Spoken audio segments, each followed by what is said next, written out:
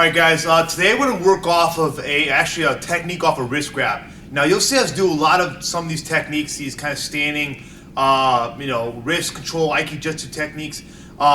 And my philosophy on it is that rarely is someone really going to come up and grab my wrist. They might, if I'm the situation I think of is like, someone trying to pull me away, someone trying to, take me, it's kidnapping, that type of situation.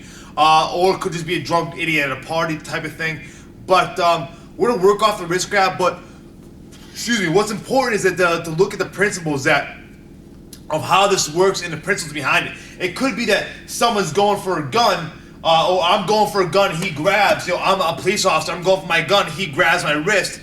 What am I gonna do? Okay, so that type of situation. So anytime that someone's got a wrist control on me, what I'm gonna do, okay? So first off, we're just looking at actually escaping this wrist control, okay? When I pull against them, especially with a tight grip, it actually locks it. I feel Gary locking into my wrist. So this whole philosophy, pulling away, that's not gonna work.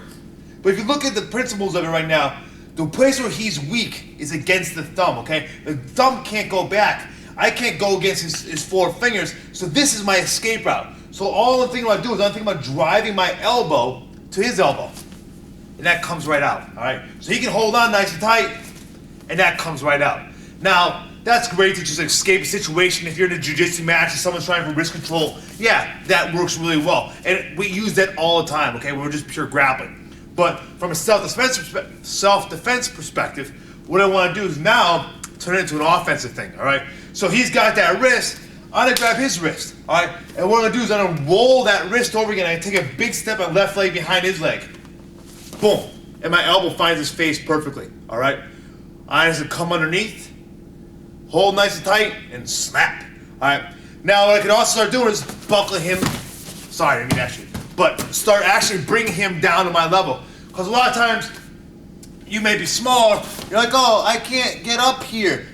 Now he's right there for me, okay? Now it's down, and I can just sweep him out and snap that elbow on the way down. All right, so just kind of a little add-on, little thought process right there. So again, I grab, big step, I'm pulling my right hand and driving that elbow to his face when I take a step in. Boom. Coming underneath, right above his elbow joint on his tricep, and just pushing down, okay? I need to buckle him, it's right there. Elbow strike again, whatever I need to do. Now remember, you hear me talk about elbow strikes before. It's like, if I'm just here and one elbow strike and I go, well, it could be bam, bam, bam, bam. Then I go. It doesn't have to be just one strike. Be very aggressive. Train, get a heavy back and just go boom, boom. Kind of get that thought process going, all right?